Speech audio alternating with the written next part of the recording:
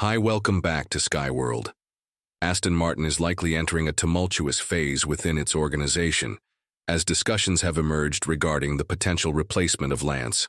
This matter, which has been deliberated in private, has intensified speculation, particularly as reports indicate that the team has already engaged in conversations with their sponsors and promised that they're bringing Wappen from 2026 onwards. And even though a spokesperson denied this, the dissatisfaction that Newey has with Lance could be a pivotal factor for the future of Adrian Martin's lineup. Will the team actually commit to a new future? A more important will the nepotism finally end in Silverstone? The greatest expectations currently lie on Aston Martin's shoulders regarding the new regulations because of all the new personnel they've hired, as well as bringing Honda on the table as engine supplier from 2026. However, the loudest name Newey has started to make noise regarding the lineup, as he believes that Stroll is not good enough to strive for the team from 2026 onwards. It's not like he discovered something that we didn't know or found an advantage that made Red Bull win 22 out of the 23 races in 2023. But the key factor here is the driver. He's talking about the nepotistic relationship between Lance and his father is practically the reason why Lawrence is in this sport and why he keeps investing millions of dollars in personnel and facility development. You can call him delusional all you want, but the man has a mission for his son. Win a championship by bringing the most valued and experienced people on his team and invest in the facilities as much as he can. However, the personnel themselves are not robots. They're humans with tons of experience, and they know for a fact that you can't just develop a driver into something that he isn't. You either have it or you don't. This is the talk that has been likely held between Newey and Lawrence Stroll behind closed doors. The 65-year-old expressed his feelings about Lance and believes that a change needs to be made if the team was to compete for greater prizes in the Constructors' Championship. On the other hand, it's highly unlikely that he can act on this situation alone because, even though he is partner of Aston Martin, something that the rest of the high-profile signings aren't to believe that he can change the mind of Lawrence and bring Wappen or Tsunoda in the seat of Lance is kind of a far-fetched scenario daily. Mail, however, believes that there will be tons of pressure mounted on Lawrence Stroll to make changes in the lineup. And even though they're going to talk about the most painful topic possible, the replacement of his son, it's still a hurdle they have to get over if they want to see success on their porch in 2024. Stroll scored only 24 points, and compared to Alonso's 70 was out-qualified 19-5 times, and was outscored 18-6 times. Stroll finished in the points only 6 times out of the 24 races, while Alonso managed to do it more than double compared to his teammate 14. The only positive is that the sprint results and qualifying results are even 3-3. But that's definitely not enough to consider Stroll a worthy driver for Aston Martin. You could see that this sport in general is just not made for him because he's so deep in the comfort zone that he doesn't even feel the urge to get out of it. Why would he? After all, his father owns the team, and he stated publicly that, as long as matters remain as they are, Lance's seat is safe. Aston Martin have been quite active on all fields, and while that's benefiting them a lot in terms of competitiveness, it's also bringing them some types of headaches that Lawrence would much rather not deal with, such as results on the table. Yes, Lawrence is one of the most passion-driven owners is on the grid, as he's present on every race. But understanding that your son is not a championship-caliber driver, no matter what you're going to do to the car, and no matter who is going to supply the engines, might be something that the people around him would have to work on.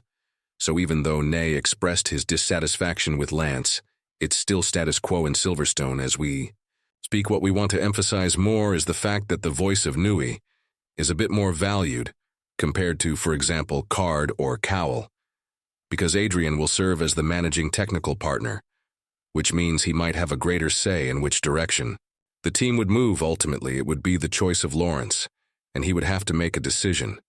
Fire your own son or demote him to other categories, or focus on the Drivers' Championship by going all in for Thien or another competitive driver from 2026 onwards. The good news for whoever believes that Aston Martin will be the team to bet under the newly regulated era is the fact that Alonso doesn't believe he will race beyond 2026. Of course, he will accept any offer that might come from the team, but if drivers like Vappen and Tsunoda are available, and at least one of them will be, then the team would have to think about the long-term future as well. It's not like Tsunoda is a generational talent of a driver, but in a limited market with experience, he might be the missing piece, given the fact that he has close connections to Honda. He is their prodigy, in fact, and he will get the opportunity to work directly with Newey in a project outside of Red Bull. When talking about this future, Alonso said the expectations in 2026 will be high because it's a new change. A new car change of regulations, a car made by Adrian probably. Or at least to start with. It will be my last season in Formula One because my contract finishes at the end of 2026. So it's the time of delivering and the time of truth. I will start the season thinking like that for sure because I cannot think too much in the future. At the moment, my current contract is for 2 more years. With my age, my motivation, I don't know how it's going to be if the 2026 season is running smoothly and we're having a good time, and there's a possibility to race 1 more year. I will be open for sure. I will not close the door beforehand, but I will not start the season with that mindset. Of course, who would expect anything less from Lawrence than to go for the full package and bring Vappen on board? The reports from the Silverstone base squad have stated that Aston Martin have told their sponsors that they're going to bring Vappen in the fallible future, starting their quest from 2026 and finishing it as early as possible, as they're ready to quadruple his current salary in Red Bull and pay him around $200 million per year. This has been denied by a spokesperson from the Silverstone base squad.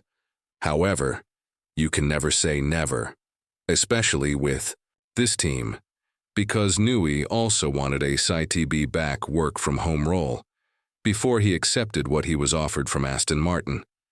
This chatter has been further fueled by the talks from Verstappen, who stated that Red Bull have a very difficult task ahead of them, and if they fail, a move outside of the Austrian camp is very likely to happen, because Max won't compete with a car that can't win races. When talking about the future of his son, Verstappen said anything is possible.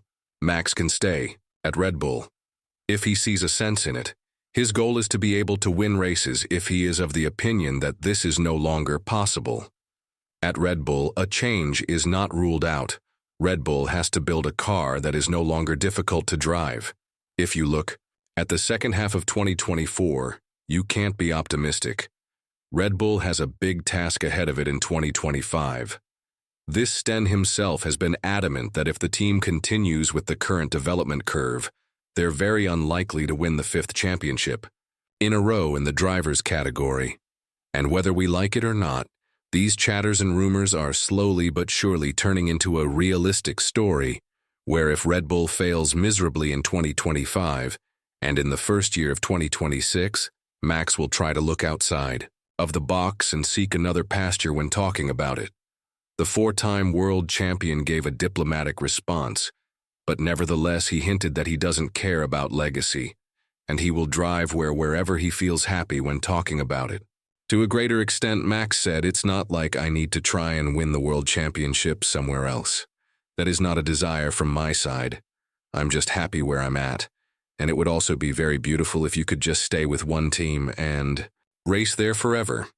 I would like to believe that that could be with Red Bull, which is the target. Am I bothered about a legacy? No.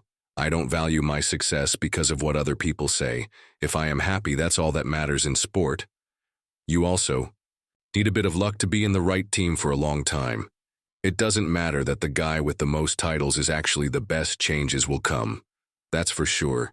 And whether or not they will be positive for Aston Martin and Lance Stroll, time will tell. One thing is for sure, the team will not rest until they bring Verstappen. Despite the decline that came from their side regarding these rumors, and with Newey's latest pressure on Lance, do you think that Lawrence will succumb and go for the unimaginable fire his son? Let us know in the comments below. And if you're interested in Hamilton's latest testing developments with Ferrari,